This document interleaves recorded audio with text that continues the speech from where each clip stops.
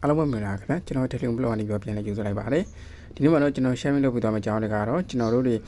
profile page တွေနဲ့ page တွေကနေပြီးတော့ကျွန်တော်တို့ classic page ဘယ်လိုပြောင်းမလဲဆိုတဲ့အကြောင်းလေးကိုဒီနေ့မှာတော့ပြောပြပေးသွားမှာပါ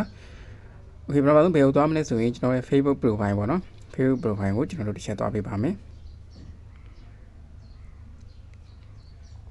okay သွားပြီဆိုရင်ကျွန်တော်ဒီမှာ see all profile ဆိုရောက်တာလေးပေါ့နော်ကျွန်တော်တို့အဲ့ဒါလေးကိုကျွန်တော်တို့တွေ့ပါလိမ့်မယ်ဝေဒါကကျွန်တော် CEO profile ဆိုပြီးတော့ပေါ်နေရကြတော့ကျွန်တော်မှာကျွန်တော် page တွေအများကြီးလောက်ထားလို့ပေါ့နော်ဒါလည်းမိတ်ဆွေ page တစ်ခုတည်းရှိရင်တော့အဲ့နေရာမှာကျွန်တော်တို့ page ပေါ်နေပါလိမ့်မယ်သူက profile လို့ပြောထားရတော့ဒါကျွန်တော်ရဲ့ profile page တွေပေါ့နော် profile page တွေကျွန်တော်တို့အဲဆိုရင်ကျွန်တော်ဒီ CEO profile ကိုနှိပ်ပြီးတော့ကျွန်တော် profile page တစ်ခုကိုကျွန်တော်ဝင်လိုက်ပါမယ်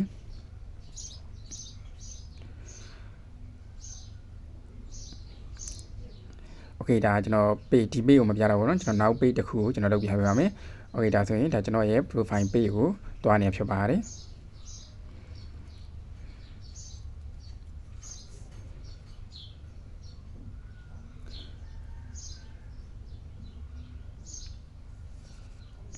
โอเคဒါဆိုရင်ကျွန်တော်ရဲ့ profile page တွေကိုကျွန်တော်တို့ရောက်ပါပြီရောက်ပြီဆိုရင်ကျွန်တော်တို့ဒါ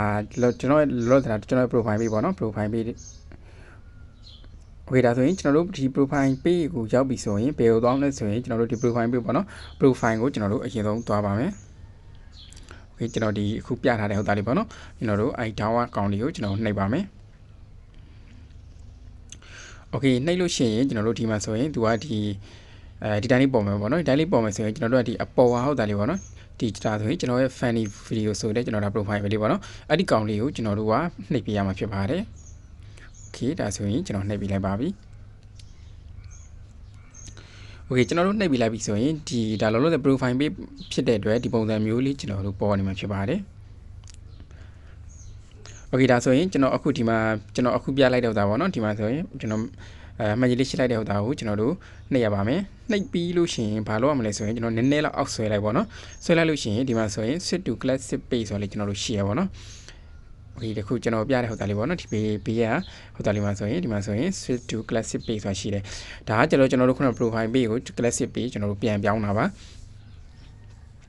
โอเคဒါကကြတော့ကျွန်တော်အလွယ်လေးပေါ့နော်ဒီတိုင်းလေးဆိုရင်ကျွန်တော်ပြောင်းလိုက်လို့ရတယ်ဒီမှာဆိုရင် switch to classic page ဆိုတာလေးကိုကျွန်တော်တို့နှိပ်လိုက်မယ်โอเคနှိပ်ပြီးသွားလို့ရှိရင်သူကဒီလိုမျိုးလေးပေါ်လာမယ်ပေါ့နော်ဒီလိုမျိုးလေးပေါ်လာလို့ရှိရင်ကျွန်တော်တို့ကဘာလုပ်ရမလဲဆိုရင်ဒီသူပြောတဲ့ဒီ file လေးပေါ့နော်ကျွန်တော်တို့က manage လေးရှစ်ပေးရပါမှာ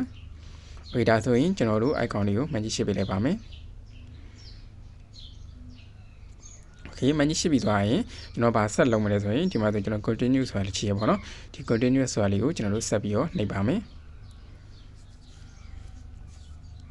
อเคဒါဆိုရင်ကျွန်တော်နှိပ်လိုက်ပါတော့နှိပ်လိုက်ပြီဆိုရင်ကျွန်တော်ဒီကောင်လေးဒီလိုမျိုးလေးပေါ်လာပါလိမ့်မယ်ကျွန်တော်ဒါဘာမှ fat နဲ့ပေါ့နော် fat ဆရာမလိုပါဘူးကျွန်တော်တို့ဆက်ပြီးတော့ပဲဘာလုပ်ရမလဲဆိုရင် continue ဆိုတာလေးကိုကျွန်တော်တို့ဆက်ပြီးနှိပ်ရမှာဖြစ်ပါတယ်โอเคဒီကောင်လေးပေါ့နော်ကျွန်တော်တို့ continue ဆိုတာလေးကျွန်တော်ဆက်နှိပ်ရမှာပါโอเคဒါဆိုရင်ကျွန်တော်နှိပ်ပြလိုက်ပါပြီโอเคဒါကျွန်တော်နှိပ်ပြလိုက်ပြီဆိုရင်ဒီတိုင်းလေးပေါ်လာမယ်ပေါ့နော်ဒီတိုင်းလေးပေါ်လာတာဒါပါလို့ဆိုရင်ဒီကျွန်တော် profile page ကနေပြီး classic page ပြောင်းလိုက်အခု classic page ကျွန်တော်ပြန်ချိန်လိုက်လို့ရှိရင်သူကဖြစ်လာမယ်ဟုတ်တာကြီးပေါ့နော်ပြောပြထားပြောပါတယ်ဆက်ပြီးတော့ပဲကျွန်တော်တို့ continue ကိုကျွန်တော်တို့ဆက်နှိပ်ပါမယ်โอเคနှိပ်လိုက်ပြီဆိုရင်ကျွန်တော်ဒီတိုင်းလေးကျွန်တော်တို့ပေါ်လာမယ်ပေါ့နော်ဒါဆိုရင်ကျွန်တော်တို့ဗာလဲဆိုရင် classic page ချိန်တာကျွန်တော်တို့အောင်မြင်သွားပြီလို့ကျွန်တော်ပြောလို့ရတယ်ပေါ့နော်ဒီလိုမျိုးလေးပေါ်လာရပေါ့နော်ပေါ်လာပြီဆိုရင်ကျွန်တော် classic page ချိန်တာအောင်မြင်သွားပါပြီโอเคဒါဆိုရင်ကျွန်တော်တို့ကဘာလို့ရမလဲဆိုရင်ဒီကျွန်တော်အခု switch back ဆိုတာလေးပါတယ်ပေါ့နော် switch back ဆိုတာလေးပါတယ်ကျွန်တော်တို့ကအဲ switch back ဆိုတာလေးကိုနှိပ်ပြရမှာဖြစ်ပါတယ်ဒါဆိုရင်ကျွန်တော် switch back ဆိုတာလေးကိုနှိပ်ပြလိုက်ပါမယ်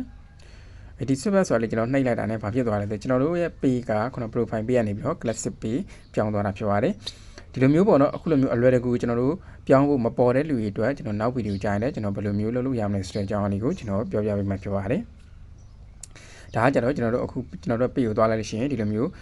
chain to classic page ဆိုပြီးတော့ကျွန်တော်တို့ရှိတယ်ပေါ့နော်တချို့လူတွေမှာတော့မပေါ်ဘူးပေါ့နော်ဒီမှာဆိုရင် classic page profile page နဲ့ classic page ပြန်ချိန်တဲ့အခါမှာ chain to classic page ဆိုတာမရှိပါဘူးအဲ့လိုမရှိတဲ့လူတွေဘယ်လိုမျိုးလုပ်ရမလဲဆိုရလေးကိုလည်းကျွန်တော်နောက်ဗီဒီယိုကြိုင်ပြောပြပေးမှာဖြစ်ပါတယ်โอเคဒါဆိုရင်အခုဒီတိုင်းလေးဆိုရင်ဒါကျွန်တော်တို့ဘာဖြစ်သွားလဲဆိုရင်ကျွန်တော်တို့ profile page ကနေပြီးတော့အခုဆိုရင် classic page ဖြစ်သွားပါပြီโอเคမိတ်ဆွေတို့ကအခုဒီနီလန်းလေးကိုသုံးပြီးတော့ကိုယ့်ရဲ့ဒီ page ကိုပေါ့နော် page ကိုကျွန်တော်တို့ profile page ကိုမကြိုက်ဘူးဆိုရင် classic page ကိုကျွန်တော်တို့တစ်ခါအတိုင်းချိန်လိုက်လို့ရပါတယ်ဒါပေမဲ့ဒီကျွန်တော်တို့အခုလိုမျိုးချိန်လိုက်မယ်ဆိုရင်ကျွန်တော်တို့ profile page မှာတော့တင်ထားတဲ့ post တွေအကုန်လုံးက classic page ကိုချိန်လိုက်တဲ့အခါမှာအကုန်ပြတ်သွားမှာဖြစ်ပါတယ်ဒီကျွန်တော်တို့ profile page ချိန်ပြီးမှတင်တဲ့ post တွေပေါ့နော်ဟိုအရင်တင်ခဲ့တဲ့ဟာတော့မပါဘူးအဲ့လိုမျိုးပြတ်သွားမှာဖြစ်ပါတယ်โอเคပါအားလုံးကျေးဇူးတင်ပါတယ်